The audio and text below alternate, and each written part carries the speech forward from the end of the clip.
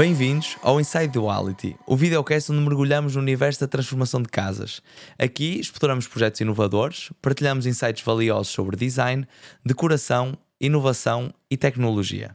E para aprofundar estes temas temos um convidado especial que é o Jorge Teixeira, CEO do Grupo J, uma referência no mercado em som, imagem, iluminação e segurança. Hoje vamos conhecer melhor a visão do Grupo J, os desafios do setor, as preferências dos consumidores e as tendências do mercado. Jorge, bem-vindo ao Inside Duality. Antes de entrarmos em termos um bocado mais técnicos, gostava que nos contasse um bocadinho o teu percurso. Como é que surgiu o Grupo J e como surgiu também o teu interesse nesta área? Bom, o Grupo J surge em 98, quando eu estava numa empresa onde trabalhava e não me sentia propriamente realizado com aquilo que fazia, portanto não me sentia valorizado. O gosto pela tecnologia vem desde muito cedo. Lembro-me de quando eu tinha 6 anos, sempre foi algo que me tocou, que me apaixonou.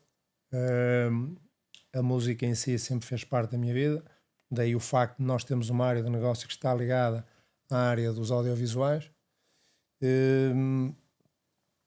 A dificuldade no início de certa forma obrigou-me a correr um pouco atrás do sonho que eu tinha. Portanto, eu não me sentia realizado com aquilo que fazia, não gostava de onde trabalhava. Mas já trabalhavas na área também? Não, eu nunca trabalhei na área dos audiovisuais, portanto eu na altura trabalhava numa empresa familiar. As coisas não era propriamente um mar de rosas. Entretanto respondi a um anúncio que não sabia qual era a empresa. E é daquelas coisas que a gente não imagina. Portanto, eu mentalmente disse que se a empresa naquela altura eu concorri fosse a tal empresa, que neste caso acabou por acontecer, há coisas que a gente não explica. Claro. Era realmente a empresa por onde eu gostaria de começar a minha atividade comercial, porque eu até à data nunca tinha sido comercial. Portanto, acabou por acontecer. Era uma empresa aqui da Maia. Eles lançaram-me um desafio, portanto eu abracei o desafio. Portanto, fui trabalhando com eles num regime part-time, depois a coisa evoluiu. Depois, com o evoluir do trabalho, eu passei para o melhor comercial deles. Ofereceram-me uma série de condições que no fim nunca acabaram por cumprir. Saí de uma situação, entrei noutra, obrigaram-me de certa forma a correr atrás. Portanto, quando eu percebi que as pessoas que trabalhavam comigo e não trabalhavam com a empresa, decidi então naquela altura, isto foi em 98, montar a J Alarmes, que foi uma empresa de segurança, porque eu na altura comecei na área da segurança. Então foi aí que começou o Grupo J, foi com a J Alarmes. Exatamente. Portanto, eu na altura criei a J Alarmes, porque era uma área de negócio que eu desenvolvi, ainda hoje nós trabalhamos muito. Portanto, é segurança muito personalizada, muito feita à medida. Portanto, como eu costumo dizer, não segurança ao quilo, mas a solução muito pensada. E entretanto começámos a fazer muitas coisas na área da segurança. A área do audiovisual, a J Theatre, vem depois. Eu costumo chamá-la portanto, chamava e chamo como a menina dos meus olhos, porque é a área de negócio que eu tenho na empresa que mais gosto. Portanto, porque de todas as áreas de negócio que nós temos dentro do Grupo J, só há uma que nos transmite sensações ou emoções, que é o áudio, é o vídeo. Portanto, é aquela área de negócio que me consegue trazer a lágrima aos olhos. E foi através dessa área que nós tivemos o nosso primeiro contacto e fizemos o nosso primeiro projeto, porque de facto, lá está, vocês criam espaços com tanta dedicação, tal como nós fazemos o resto das casas, vocês nesta vossa área fazem coisas mesmo diferentes, e as pessoas às vezes dizem que nem se usa muito salas de cinema, mas os nossos clientes ao qual nós montamos a sala, acho que veem mais lá de televisão até do que propriamente na sala. Mas pronto, tu então começaste com esta vertente de sala de cinema, ou seja, audiovisual. e depois acrescentaste mais ainda ao grupo? Nós com o tempo, com a necessidade do trabalho em si, com a exigência do cliente, nós hoje dentro do Grupo J nós temos uma área relativamente alargada. E como é que lá atrás, em 2003, eu criei o Grupo J? Porque eu tinha eu via o negócio desta forma, que era, eu vou criar o Grupo J, hoje temos a J Alarmes, temos a J Theatre, as empresas que eu venha a criar dentro da nossa área de negócio vão trabalhar sempre dentro do Grupo J.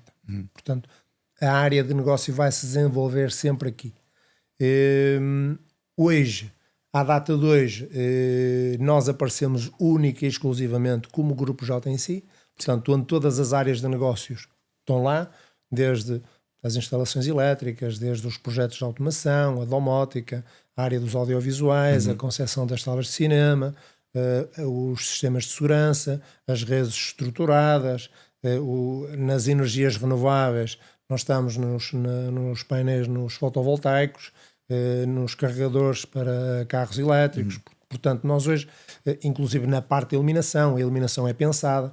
Hoje conseguimos fazer um projeto todo ele pensado desde o início até ao fim.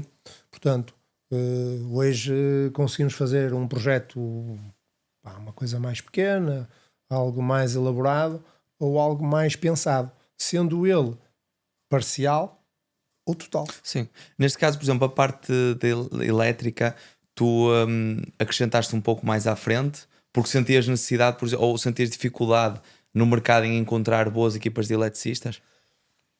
A parte elétrica acabou por acontecer da seguinte forma, que foi, eu tive um cliente que me marcou muito, porque era uma pessoa muito, muito minha amiga, e eu tento sempre, nas relações que tenho com os nossos clientes, ter relações de amizade. Sempre que isso é possível, um cliente para mim é um amigo.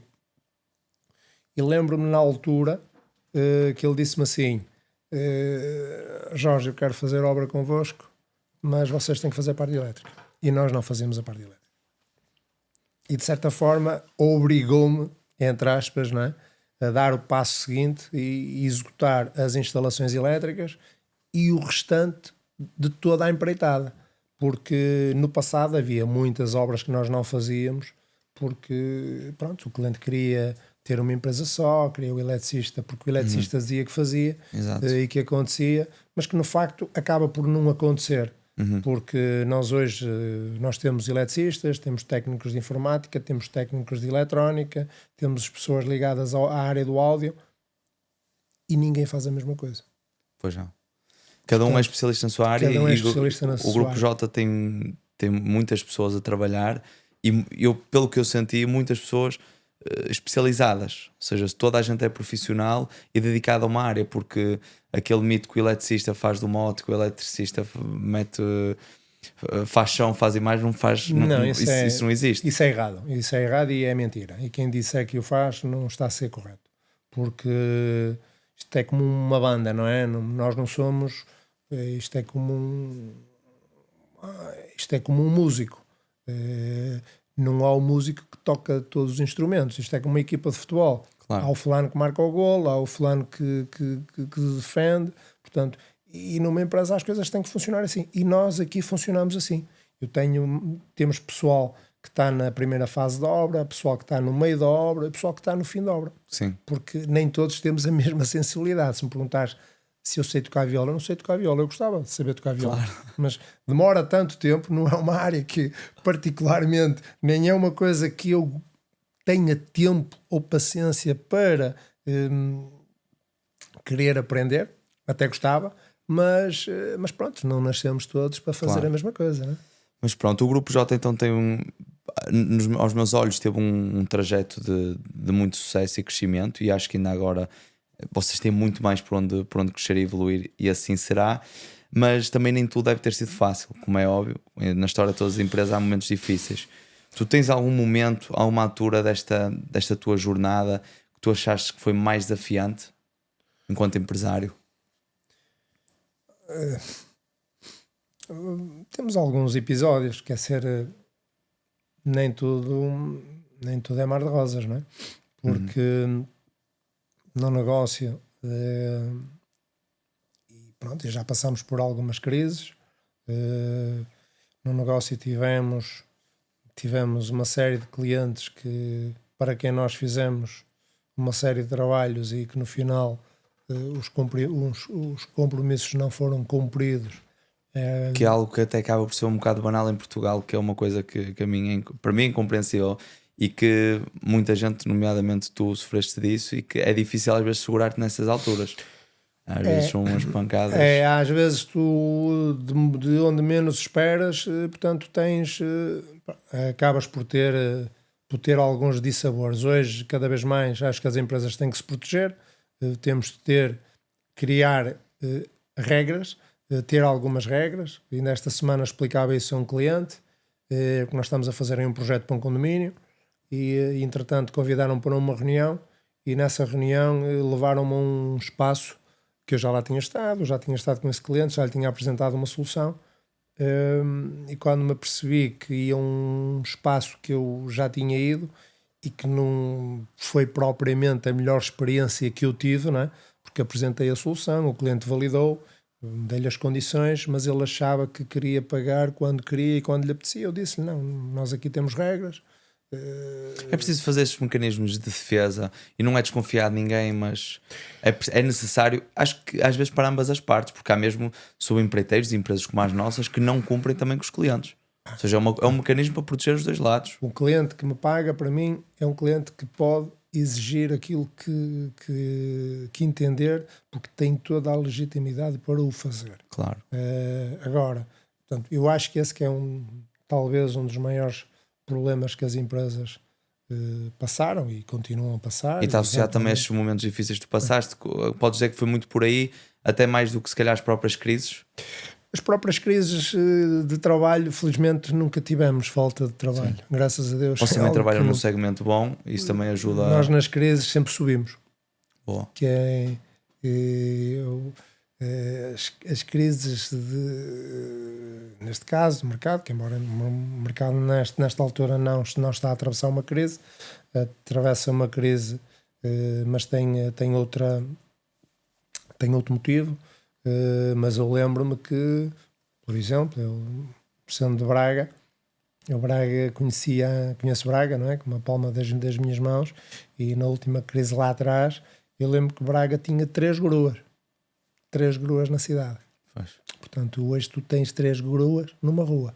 Pois. Portanto, que é diferente. É muito diferente. O mercado hoje está muito está a ver-se, não é? Portanto, hoje há trabalho, mas também há alguma falta de qualidade, digamos assim. A quantidade não te traz qualidade. E também o Grupo J acaba por não trabalhar para quantidade, para grandes volumes, trabalha com projetos mais personalizados, tal como também nós o fazemos, porque só assim também conseguimos garantir trabalhos de excelência. Por falar também em excelência, a tua empresa trabalha com marcas de renome, ou seja, as melhores marcas no mercado. Consegues enumerar uma delas e explicar o porquê destas marcas terem os valores que têm e qual é a diferença, o impacto que têm nas próprias casas? Olha, hoje, felizmente, posso dizer que todas as marcas querem trabalhar com o Grupo J. Há muitos anos atrás, a Low, que é uma das marcas premium no mercado, não me queria vender porque eu não tinha loja. Antigamente no início tive dificuldades em pedir representações, em conseguir trabalhar, porque toda a concorrência me dificultou ali um pouco o trabalho, porque pronto, de certa forma era mais era alguém que vinha para o mercado, claro. Portanto, e sentiam ali mais um player no negócio, e algumas marcas eram muito elitistas ao ponto de o senhor não tem loja, o senhor não tem, ainda é novo, não tem know-how, portanto não consegue, não será fácil ter acesso ao produto. Hoje, felizmente, é ao contrário. Todas as marcas premium que existem no mundo, em todas as áreas, todas elas ou já trabalham connosco ou querem trabalhar connosco. Claro. Nós Mas temos é normal e nós também aceitamos esse crescimento porque, lá está, pondo-nos do outro lado as marcas, também às vezes não faz sentido trabalhar com toda a gente e é normal. Quem começa do zero como tu e como nós também tem que ganhar o seu lugar no mercado, não é? Às vezes sim. dói um bocado, mas faz sentido. Não, e eu entendo isso, não é? Mas Tal como tu, por exemplo, não fazes se calhar uma sala de cinema de 2.000 euros. Não podes chegar a toda a gente. Ou seja, tu tens que garantir um mínimo de qualidade, ou seja, e tal como a do Alto, nós não podemos fazer todo o tipo de obras. É compreensível que essas marcas tenham essa atitude, mas também exigiu crescimento e um bocado de luta da tua parte para crescer a empresa, a ponto dessas marcas quererem ser representadas por ti. sim. Hoje felizmente temos um portfólio grande em termos de marcas, em termos de produto. Há alguns produtos que nós hoje propriamente nós pedimos aos próprios fabricantes para os ajustar ou para fazer determinado produto para nós, porque temos essa necessidade, porque cada vez mais temos uma relação direta com o fabricante, que é algo que eu valorizo, porque nos dá algum poder de personalização. E isso faz a diferença. Não é? E falando também em tecnologia, a tecnologia tem mudado muito a maneira como nós vivemos as casas. Quais foram para ti as inovações mais marcantes que acabaram por revolucionar esta área desde que criaste o Grupo J? É assim, a área da automação tem tido uma evolução, não nestes últimos anos tão gritante, digamos que de ano para ano não há assim uma grande evolução, mas desde que nós começámos na área da automação e na área da integração, houve muita coisa que mudou, não é? Como basta falar na questão dos telefones, não é? Hoje em dia, antigamente os nossos telefones eram teclas, hoje temos os telefones, toda a gente tem um telefone tátil e hoje tu num telefone tátil tu consegues controlar a tua casa. Antigamente isso não existia, não é? Hoje é possível nós termos uma aplicação onde eu controlo rigorosamente tudo da minha casa. Eu controlo o videoporteiro, se me tocarem à campainha e eu não estiver em casa, eu vou atender no meu telefone. Se eu quiser ver o meu sistema de vigilância eu remotamente, eu acedo e vejo quem me entrou ontem ou anteontem na câmara A, B, C ou D. Portanto, eu consigo ligar a iluminação, desligar, faço a interação da climatização, abrir e fechar os portões. Dou-te, por exemplo, que é uma coisa que já me aconteceu N de vezes. Os meus filhos chegam a casa, pai, não tenho comando, não tenho chave, não me consegues. Posso estar longe, posso estar na China, pego no telefone e abro-lhe o portão, abro-lhe e fecho, vejo se eles entraram, se saíram, fecho o portão, desligo o sistema. Portanto, hoje em dia o poder de controle de uma casa está na nossa mão. Portanto, que era uma coisa que antigamente não existia. Exatamente. E depois, mesmo a nível de segurança, as casas acabam por ser muito mais controladas nesse aspecto. As pessoas têm aqui, já me falaram muitas vezes, por exemplo, da segurança destas questões de abrir o portão e as portas. O que é que tens a dizer sobre isto? Achas que é uma coisa segura, que as pessoas têm um bocado de medo destas automações? Não tem que ter medo. Acho que vai ser o futuro, porque nós temos uma série de obras onde eventualmente hoje o cliente, eu tenho uma série de clientes particulares com alguns requisitos onde eventualmente a segurança para eles é fundamental, e cada vez mais o cliente quer o controle da porta ou por biometria, que é o mais seguro, ou eventualmente por código. Hoje está-se a evitar de andar muito com chave, porque a chave tu copias a chave, Exato. passas a alguém, portanto não é tão segura. Tu com um controle de acessos numa porta, tu sabes na hora se a pessoa entrou, se saiu, faz o controle de ponto de toda a gente, se a funcionária entrou, se o teu filho saiu, se fez interligação com o sistema, se o sistema está ligado, se está desligado. Portanto, consegues ter esta noção, porque dá-te inclusive informação se a porta está aberta, se está fechada. Portanto, consegues ter todo o status online. Exato. E quem também tem medo destas soluções devia estar se calhar muito mais preocupado com a própria chave, que acho que até é muito mais fácil de contornar, porque mesmo o exemplo das fechaduras inteligentes, como estavas a dizer, eu sei que podes programar horas para, por exemplo, a funcionária abre a porta das 8 da manhã às 7 da tarde, já não abre mais com os códigos dela ou com os botões ou alguma coisa dessa maneira. E mesmo a nível no telemóvel, abrir a porta no telemóvel, as pessoas têm que pensar que também têm as contas dos bancos no telemóvel, ou seja, as aplicações já são feitas para ter muita segurança. Sim, isso já não é tão fácil, as coisas serem ultrapassáveis. Claro que para algo acontecer a esse nível, portanto, já estamos a falar de situações já no limite. Mas hoje em dia o equipamento em termos de grau de segurança já são bastante seguros. Por exemplo, na área da segurança, nós fazemos muita segurança automatizada, onde, um exemplo, os portões de rua. Portanto, tu pegas num portão de rua, tens um comando, isso é fácil de copiá-lo. Exato. Até se tem visto vídeos que às vezes aparecem nas redes sociais de pessoas que encostam o carro à beira das garagens e programam aquilo e abrem os portões. Há maneiras de copiar isso mais facilmente. Nós, na maioria dos nossos projetos, quando o cliente permite e nos deixa, não é, como é óbvio, nós utilizamos os nossos comandos. O nosso comando tem um endereço, ele é codificado junto da central, e é a própria central que vai dar ordem ao comando, ao portão, neste caso, para abrir e para fechar.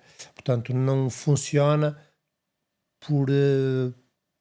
pela placa receptora do portão, porque às vezes houve casos e eu conheço de alguns casos que se chegou a falar determinados. Imagina uma rua com 20 casas, havia o instalador que montava os automatismos para 14 clientes. O que é que acontecia? Havia um fabricante em que a forma de codificar os botões era por patilha, já não era por frequência. Naquela altura era por patilha. E chegou a acontecer um fulano queria abrir o portão, quando dava por ela estava a abrir o portão do vizinho. Portanto, as frequências eram tão parecidas, neste caso eram iguais, não eram parecidas, eram mesmo iguais. Portanto, o grau de segurança aí era muito fraco. Portanto, e aí eu acho que se nós fizermos as coisas bem feitas, e neste caso integrar a questão dos automatismos com segurança, portanto dificilmente alguém consegue copiar, porque imagina, tu perdes um comando e dizes-me: Jorge, olha, o comando da minha casa eu perdi, eu entro no programa, vou ao sistema e vou dar baixa do comando. Exato, não preciso de fazer um reset a nada, só vou dar baixa daquele comando. Acaba por ser muito mais seguro. E mesmo nestas casas de alto padrão, nota-se que os clientes preocupam-se cada vez mais com a segurança. Tu tens alguns pontos, alguns pormenores que gostas de partilhar para garantir que uma casa está segura, para além desta questão dos portões e assim? A questão da segurança, eu costumo dizer que a questão da segurança tem que vir de dentro para fora e nunca de fora para dentro. Quando eu digo de dentro para fora, nós temos que proteger o espaço interior, depois temos que ir à periferia, tudo que é portas, janelas, nós podemos fazer um segundo alarme, um segundo nível, onde me permite estar dentro de casa e tudo que seja portas e caixilharias, os alarmes estão ligados, eu estou a dormir, estou dentro de casa, os meus filhos estão em casa, se alguém tentar forçar uma das portas ou uma das janelas, o alarme vai tocar. Isto acontece sem ele antes entrar lá dentro. Claro que vai dar cabo de uma porta, vai dar cabo de uma janela, sim, vai pôr o alarme a tocar, certo? Portanto, eu aqui chamo-lhe um segundo nível. O terceiro nível é nós passamos para a parte exterior. Sempre que possível, fazemos um alarme na periferia da casa. Ou seja, se alguém entrar dentro do terreno, Isso é como é que funciona? Desculpa a minha ignorância. Portanto, isso leva a equipamentos específicos. Cada casa é um caso, Exatamente. porque nós temos que analisar se há animais, se são espaços com muita vegetação, são zonas frente de mar, questão de arbustos. Eu tenho que fazer a disposição do sistema para não me criar alarmes falsos. Pois, depois também era isso que eu ia pensar exatamente nesse caso da periferia, era os alarmes falsos, por exemplo, com animais ou assim. Pronto, se a solução for bem feita, dificilmente, não digo que seja impossível, mas a probabilidade de ter alarmes falsos é muito reduzida. Se fizermos as coisas como elas devem ser. Qual é a vantagem que uma solução destas traz para um cliente que quer proteger uma propriedade? A pessoa, antes de entrar dentro de casa, o alarme já tocou. Ele entrou no jardim, o alarme já tocou. Eu posso definir, por exemplo, quando entrar dentro do jardim, o alarme vai tocar, vai-me ligar a iluminação do jardim. E em determinados casos que já o fiz num projeto, ele tinha 3 circuitos de rega. Eu dei ordem para ligar o alarme, ligar o circuito de iluminação daquela zona, mais a rega daquela zona. Só da zona em que a pessoa entra. Portanto, Okay, eu criei aqui uma dificuldade em que, neste caso, o ladrão não está preparado para alarmes exteriores. Sim. Porque vai entrar e fica logo atrapalhado logo com essa primeira. Ele é obrigado logo a ir embora. Portanto, porque vai entrar num espaço, tu tens o alarme a tocar, levas com sopapo de luz e no limite ainda levas com água, é uma coisa que tu ficas confuso. Se calhar vou sair daqui. Não estás preparado, não é? Portanto, eu tenho N de casos, tenho N de histórias em que, por exemplo, uma casa que ali na zona do Alto Minho, era uma casa de imigrantes junto a um golfe, e a pessoa que tomava conta da casa era o empreiteiro, e por 2 vezes essa casa tentaram assaltá-la, e na hora que o alarme toca ele vem cá fora ver e vê os ladrões a fugir. Portanto, nunca foi assaltada essa casa, porque montámos um sistema desta forma. Pronto, e depois então tu falas-me começar de fora para dentro. Tu és apologista nestas questões de vigilância, ter câmaras de vigilância sempre, não é? Sou. As questões da vigilância têm um poder de dissuasão muito alta. Claro. Eu acho que nós hoje tentamos proteger, sendo comércio, residência, mas na residência proteger a área exterior. Interiores, algumas zonas só. Garagens, para mim, são fundamentais. Quero saber se a garagem está aberta, se está fechada, porque é uma zona que, para mim, acho que é de nos preocuparmos. Okay. Porque dá acesso também direto, normalmente dá acesso direto à casa. Portanto, podes ter ali um dissabor. E há zonas onde, eventualmente, nós depois fechamos o circuito. Zonas de elevador, quando as casas são grandes, todos os acessos de pisos e zonas onde há passagens comuns, é uma área que eu gosto de proteger. Agora, zonas privadas não, isso eu não gosto, não aconselho. Há clientes que querem fazer, a gente faz o projeto à medida do cliente, mas não acho que seja propriamente que tenhamos que ir a esse limite. Mas achas então, hoje em dia, com este tipo de soluções, as casas são muito mais seguras do que eram na altura, ou seja, antigamente, e mesmo as empresas mais básicas que vendem segurança àquilo, como tu disseste, aquilo às vezes não faz muita coisa, não é? Não deixa uma casa segura, não deixa a sensação de segurança a uma pessoa.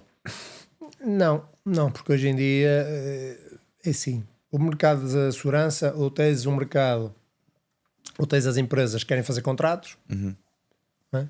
O objetivo é fazer números, assina aqui, portanto o objetivo do vendedor, que a maioria não tem conhecimento de causa, se algumas pessoas, não descurando o profissionalismo de ninguém, mas a maioria, de certo, não digo uma grande percentagem não sabe como é que funciona. Pois. Só chega aqui, vê o espaço e assim, um sensor chega. Não é? Mas tem que ver que tipo de detector é que vai pôr. Se vai pôr em zonas voltadas a zonas vidradas, se tem equipamentos de ar-condicionado, se eles ficam juntos os aparelhos de ar-condicionado ou não. Portanto, há uma série de detalhes que vai implicar se o sistema vai funcionar bem ou não. Eu confesso que já trabalhei com um sistema desses e a complexidade não tem nada a ver com aquilo que me apresentaste no exemplo anterior, a nível de segurança, vigilância, mesmo essa questão do exterior, venderam-me como algo que não funcionava muito bem. Se calhar porque também essa empresa não tinha a capacidade de instalar como deve ser, porque eles falaram-me logo da questão dos próprios, saltava um gato ou um cão para o terreno que podia dar esse falso alarme. Mas lá está, com o know-how, como tu estás a dizer, Não, podes fazer. Tens que escolher bem o equipamento, e tens que distribuí-lo da forma correta, não é? Porque entre a pior coisa que tu podes ter entre ter alarme ou não ter alarme é ter um mau alarme. Isso é a pior coisa que tu podes ter, porque nunca sabes se de facto se passou alguma coisa ou não. Pois. Portanto, e há uma coisa que eu costumo dizer a todos os nossos clientes: eu não vou morar para a sua casa. Portanto, eu vou fazer um trabalho, tem que ficar bem feito. Portanto, não vou estar constantemente aqui enfiado. Claro. Porque eu, se estiver constantemente aqui enfiado, quer dizer que a coisa está mal feita. Exatamente. Mas pronto, esta questão da segurança acho que já deu para termos aqui umas luzes do que é segurança nestas casas também de alto padrão que falamos, e vamos agora se calhar falar um bocadinho daquilo que faz os seus olhos brilharem, não é? As salas de cinema, que muita gente diz que uma sala de cinema é comprar um projetor na Vorten e um sistema de som de 1000 e tal euros e temos uma sala espetacular, mas para ter uma experiência imersiva como tu já fizeste para nós e como fazes também noutras salas de cinema incríveis, qual é que tu achas que são os componentes essenciais para garantir alto desempenho? Ou seja, quais são os segredos de uma sala de cinema excepcional? As salas de cinema é uma área muito gira, é uma área que nós gostamos muito, é uma área que nos deixa sonhar, e é uma área onde o cliente nos deixa sonhar, porque é um espaço onde nós entramos na casa de um cliente e ele diz que quer fazer uma sala de cinema, mas não sabe o que quer. Portanto, nós vamos ter que pensar a solução para ele. Vamos ter que perguntar quantas pessoas tem, quantas pessoas quer sentar, a decoração, que cores é que gosta, quer cores mais agressivas, mais fortes, não é? Se quer cores mais neutras, se quer cores mais escuras. Portanto, temos trabalhado depois a parte decorativa, a parte acústica. Depois, isto tudo depois vai jogar e vai mexer depois com a parte orçamental. Claro. Que não tem limite. Portanto, tu podes fazer salas por 2.000 euros, isso é impossível, não? Claro. Nem por 2, nem por pouco mais que se pareça. Porque o all-in-one, que é shampoo e amaciador, não é? Em termos de colunas, antigamente vendia-se muito. Se reparares, hoje o mercado não tem grande oferta nesse tipo de equipamento. Que há uns anos atrás, todas as marcas tinhas, compravas os kits 5.1 e não sei o quê. Hoje, se fores ver, as marcas não têm esse produto. Porquê? Porque faz sentido, Claro. não se vende. A personalização das salas de cinema é uma área que nós temos estado a elevar. Constantemente estamos a aprender, constantemente estamos a desenvolver, estamos a pensar novas técnicas, à procura de novas soluções. Nós agora, com a abertura do Grupo J em Braga, temos uma sala que vai estar disponível para os clientes visitarem e para verem o que é uma sala de cinema, onde podem ver e ouvir, neste caso, e sentir uma experiência de uma sala de cinema. Eu lembro-me de há pouco tempo, a sala ainda não está completamente pronta, estamos a terminá-la. Eu tive um cliente que entrou lá e ficou ele dizia que tinha uma sala de cinema, Pois. mas não tinha. E pediu-me para fazer uma sala. A questão é exatamente essa. Às vezes pensa-se que está a falar, por isso é que eu comecei a pergunta por dizer que as pessoas acham que uma sala de cinema é um projetor e um sistema de som. É muito mais do que isso. Para criar uma experiência imersiva exige muito mais do que isso. Existe, pronto, se fores ao limite, não é? Se fores ao limite podes, tens pano para mangas, mas pelo menos nós temos que fazer aquilo que consideramos, numa sala de cinema consideramos o mínimo, não é? Que é para tu teres uma verdadeira experiência sonora, não é? Que é teres, quando tu estás sentado, tu tens o som em volta de ti. Quando eu digo em volta de ti, é em volta de ti e teto. Se estiveres em volta de ti e teto, tens a sala em Dolby Atmos. E isso então é uma experiência incrível. Porque quando uma coisa é tu vês um filme ou ouvis um concerto com sistema de som normal, nada de especial, mas se fizeres uma boa distribuição do equipamento e não precisas de ir com muito lá em cima, claro, se meteres equipamento topo, a experiência vai ser ainda mais surreal, não é? Claro. Como é óbvio, mas a experiência que nós temos numa sala, eu já tive experiências nas nossas salas, nas nossas antigas instalações em Sintra, já tive lá situações que me emocionei, porque se então passa uma faixa, um filme que te diz alguma coisa, um concerto que te faz lembrar alguma coisa, ou que de facto é um músico que te... Eu lembro-me de um concerto que nós usávamos muito para demonstrações, que era do Phil Collins. Do Phil Collins, e era ao vivo em Paris, se não estou em erro, e de repente há uma parte do concerto em que há um casal, ela aparece a chorar.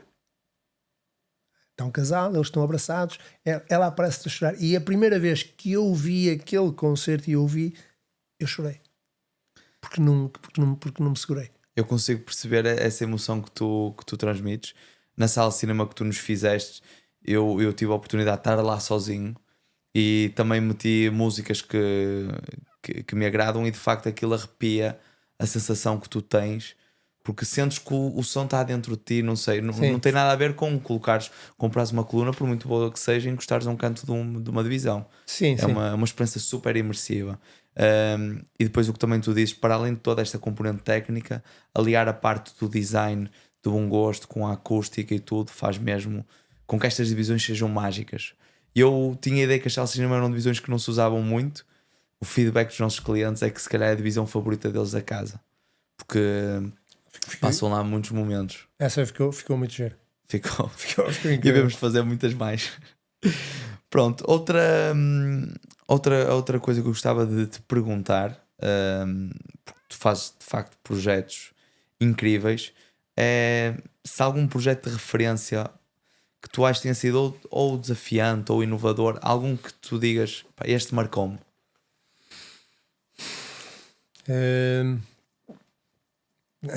Tenho vários ou bastantes. Há determinados projetos que nós não partilhamos, não podemos, por uma questão de Privacidade também. privacidade. Temos um projeto em mãos que de facto é o projeto que eu sempre sonhei fazer numa casa. Tudo que é aquilo que eu acho que se consegue fazer e levar o projeto ao detalhe. Estamos a fazer um projeto incrível, mas hoje temos vários projetos no residencial. Temos coisas muito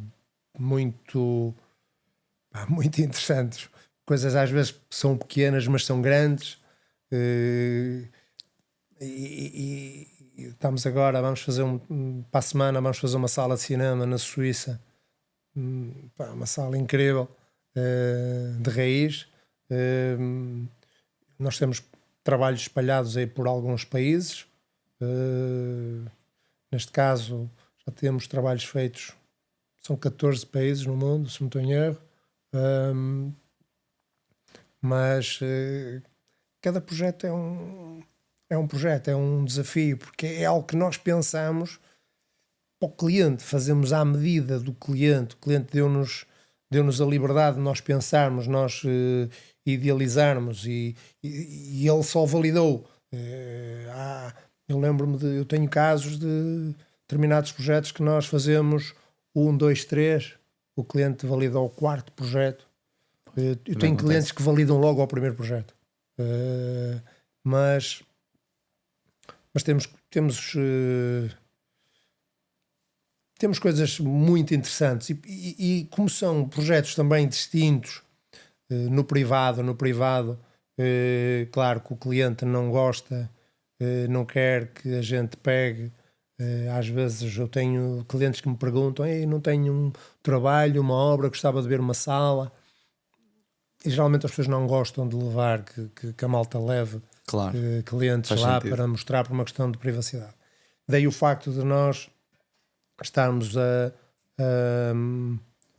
montar o nosso espaço, o edifício de Braga. Será seguramente o edifício tecnologicamente mais avançado do país, totalmente automatizado.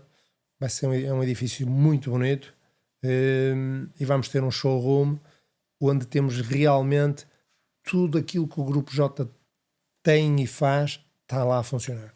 Portanto, e as pessoas conseguem testar, que às vezes já me contaste um exemplo de um cliente que queria um sistema de som de uma maneira, mas quando ouviu e teve a oportunidade de experimentar o que tu sugeriste, apesar dos valores serem muito superiores, ele não teve dúvidas na sua escolha.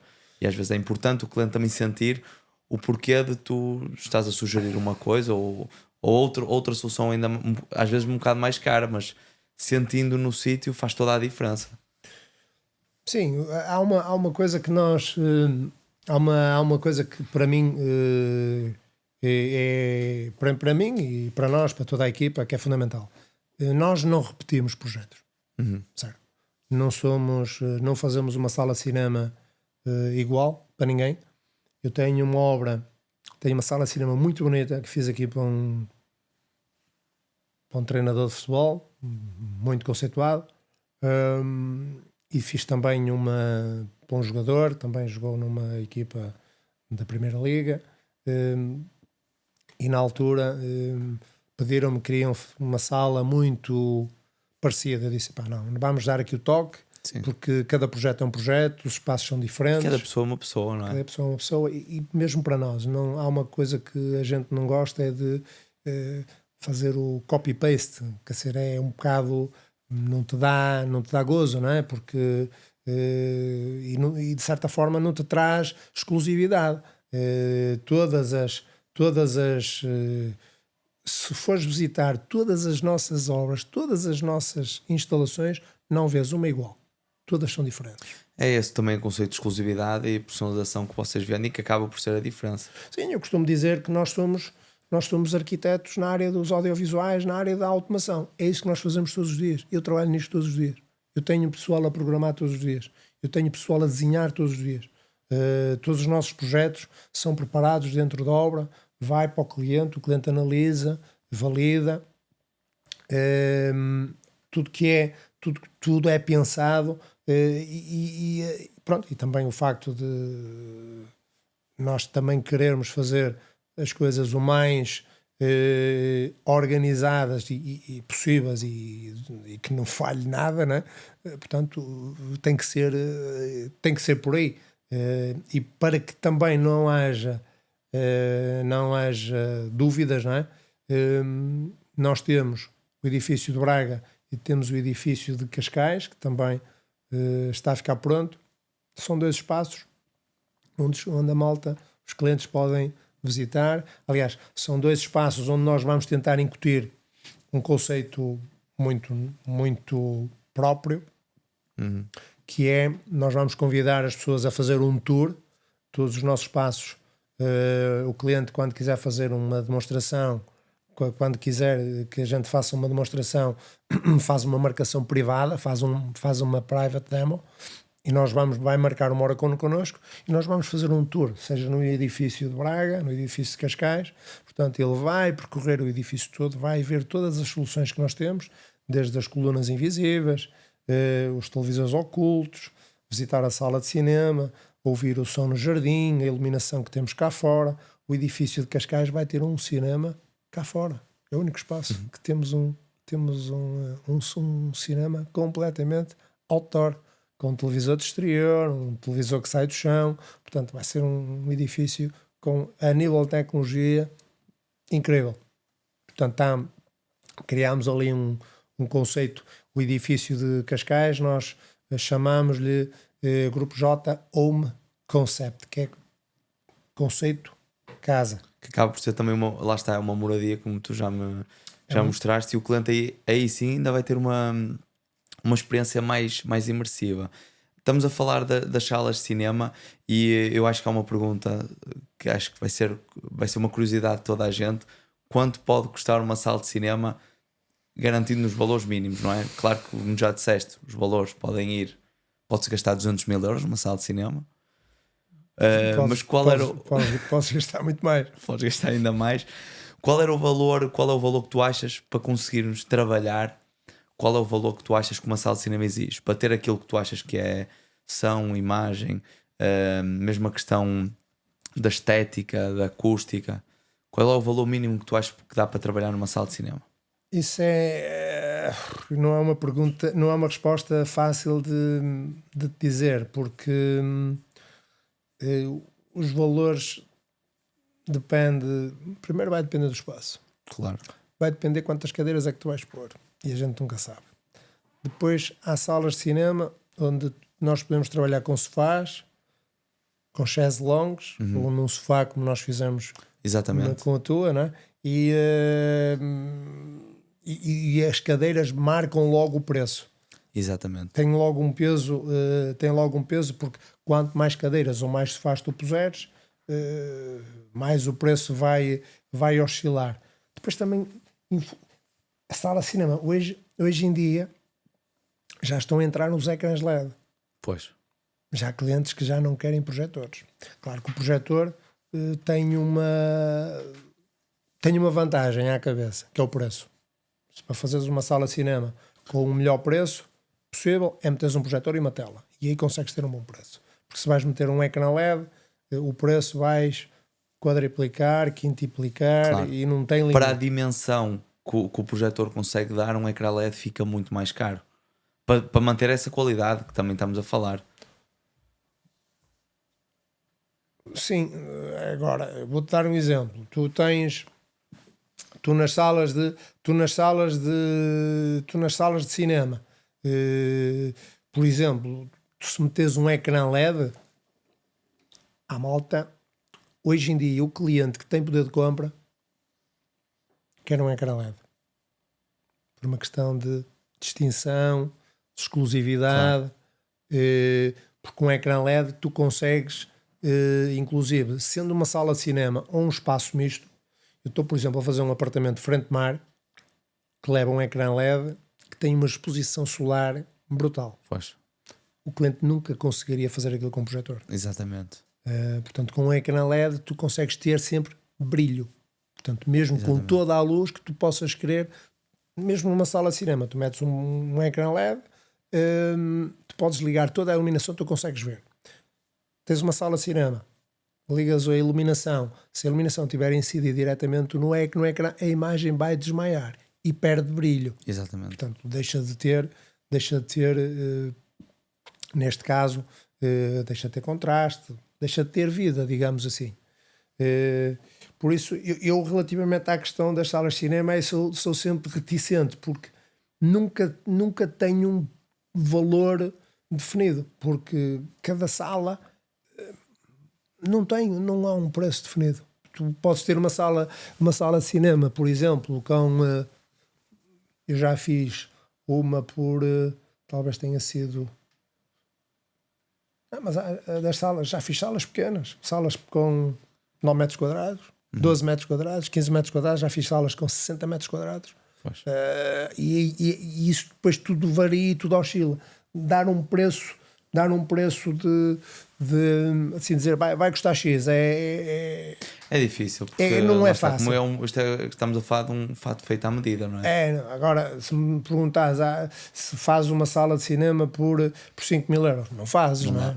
Não fazes. É isso. A Agora, pergunta era mais um bocado por aí, ou seja, para aquelas pessoas que vão ouvir o podcast e que se calhar têm uma divisão, sei lá, com 15 a 20 metros quadrados, a minha ideia, e depois corrigir-me se está certo, ou seja, acho que precisas sempre acima de 20 mil euros para começar a brincar à sala de cinema. Ou seja, para ter já um bom equipamento de som, para conseguires ter um bom projetor, porque se fores para ecrãs LED já não dá. Mas para termos um bom projetor e uma boa acústica, a minha ideia é que anda sempre acima destes valores. pode andar, pode não andar, depende da decoração, se o cliente tem decoração, se não tem decoração. É Sabes isso. que a sala de cinema tem sempre esta questão, não é? Claro.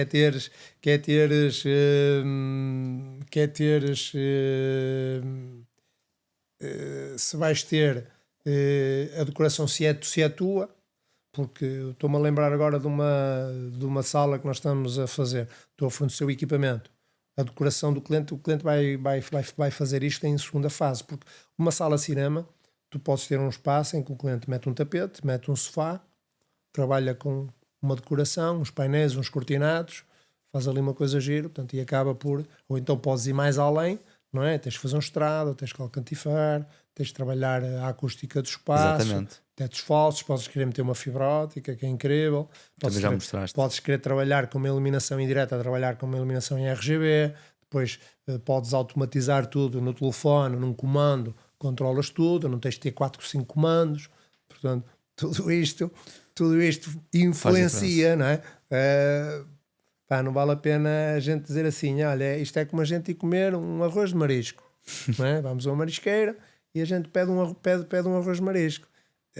Há arroz de marisco que traz marisco e há arroz de marisco que não traz marisco, não é? Portanto, agora, o preço do arroz de marisco vai definir o que é que tu vais ter. É exatamente isso. Há muitos fatores que podem fazer este preço oscilar, por isso às vezes é um bocado ingrato dar estes valores. Muitas vezes também, por exemplo, perguntam-nos a nós o preço do metro quadrado de uma construção. Isso para mim é impensável conseguirmos dizer, porque depois imagina que essa casa tem uma sala de cinema, o preço do metro quadrado já vai alterar totalmente. Ou seja, o preço do metro quadrado podes meter um mosaico, podes meter um mármore, podes meter umas torneiras XPTO. Se começas a meter umas torneiras como as que eu vi agora há pouco, umas da Jessie, deves saber quanto custa cada torneira. Claro. Portanto, o preço de metro quadrado aí desaparece. Não há metro quadrado, é metro quilómetro. Mas pronto, sob forma de acabar a conversa, faço-te uma pergunta, que tu há bocado deste-me assim um vislumbre desta pergunta, mas acabaste por não falar dela, que é, para ti, quais são as características que uma casa deve ter para ser excepcional? É assim, as características que eu acho que a casa, acima de tudo, tem que ser funcional. A casa, para ser excepcional, quando nós pensamos numa casa excepcional, eu lembro-me, por exemplo, uma casa que nós terminamos há pouco. Essa ficou excepcional. Porque, de facto, toda ela foi pensada, foi projetada, foi tudo definido com o cliente antes dela ser executada. Quando nós vamos para fazer a obra, já estava tudo definido, tudo aprovado. Foi só executar aquilo que nós, em papel, já tínhamos planeado. Tudo preparado, que é isso que nós fazemos. E depois pegamos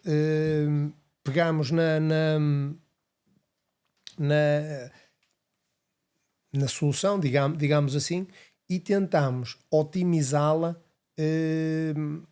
à medida do cliente, porque não vale a pena. Eu tenho visto e tenho tido, felizmente, pronto, nós temos uma série de obras e muita obra feita, mas já me apareceram vários clientes com projetos mal feitos, com sistemas de domótica a dizerem que querem tirar. Ainda esta semana tenho um cliente, amanhã vou estar no escritório, vou analisar eu concorri para uma obra ali para a margem sul e pronto, e o cliente acabou por não nos por não nos por não nos entregar o projeto, mas pronto, as coisas acho que não correram assim bem. Pronto, voltou-nos a questionar se eventualmente nós conseguiríamos pegar no trabalho, mas pegar num trabalho a meio Não é, é complicado, não é percebes? algo que também gosto muito. Porque nunca sabes o que é que o que é que lá vai estar. E pá, eu não, nós tentamos fazer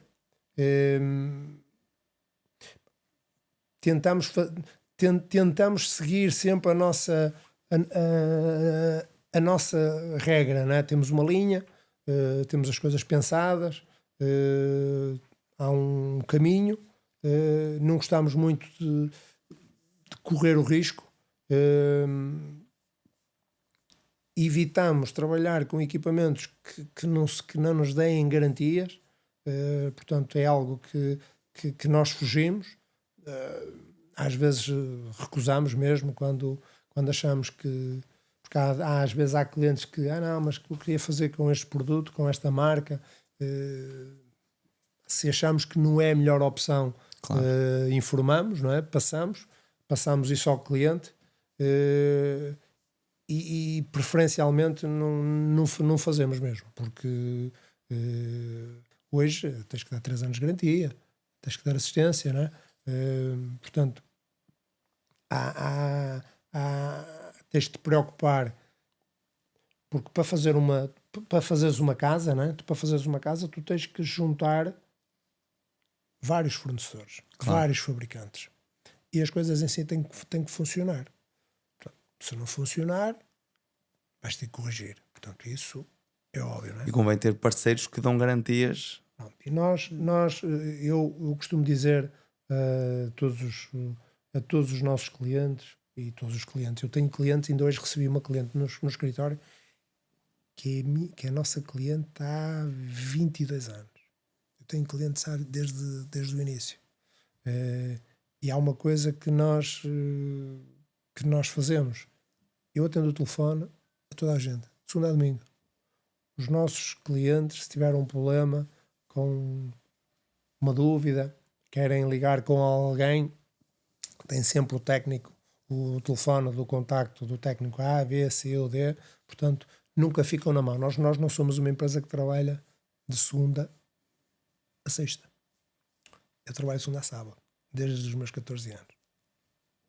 É algo que me habituei, e um sábado que eu não trabalho para mim não é sábado. Felizmente ou infelizmente, mas pronto, é a minha rotina.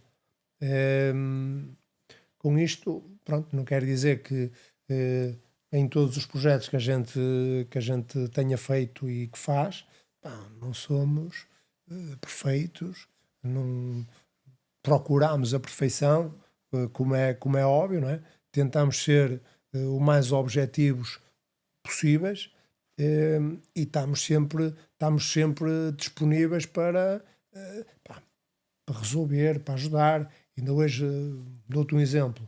Eu tenho um cliente que nós montamos um televisor num elevador, o televisor fica embutido no teto falso, teve um pico de energia, o televisor queimou, não está em garantia, e o cliente pediu-me, porque é um cliente que eu tenho há 24 anos. Só me disse assim: estou habituado a ter televisão no quarto, gosto de dormir com a televisão ligada, não tens uma televisão para me pôr enquanto a minha vai para reparar? Claro que tenho. Claro. Portanto, em todos os nossos clientes, quando, se possível, e tendo nós equipamento em stock, o cliente nunca fica. Imagina, uma televisão avaria, eu não deixo um cliente sem uma televisão sem funcionar. Portanto, a questão do pós-venda para nós é algo que nós temos nos preocupado, temos tentado sempre melhorar esse departamento, mas pronto, isto é, respondendo aqui um pouco à tua pergunta, depois acabei aqui por dar aqui uma volta, O projeto ideal é aquele que, olha, é aquele que a gente concebeu, executou, o cliente gostou, funcionou e a gente está cá para dar a assistência, para ajudar o cliente quando ele precisa de nós. Portanto, eu acho que o projeto ideal é um pouco isto, é nós conseguimos perceber o que é que o cliente queria e fazer a solução à medida Conseguiram dele. cumprir isso. Eu acho que esse é a melhor, é a melhor, é o melhor caminho. Quando nós fazemos um trabalho e de facto se o cliente, se as coisas não ficarem bem e se não gostarem, pronto, aí de facto é sinal que a gente Claro. que não fez a melhor opção, não é? Mas trabalhamos para que isso não aconteça, não é? E nós na Duality tivemos a oportunidade de trabalhar com o Grupo J e de facto vimos esta questão do pós-venda, esta questão da assistência e de dar um bocado a alma ao cliente e ao projeto, e para nós foi uma experiência muito boa. Acho que o cliente também gostou muito e enriqueceu a casa. E acho que por hoje podemos acabar assim, Jorge. Obrigado por teres vindo ao nosso Inside Duality. Temos aqui insights muito bons que as pessoas vão adorar saber. E obrigado por partilhares a tua experiência e visão. Obrigado. Obrigado.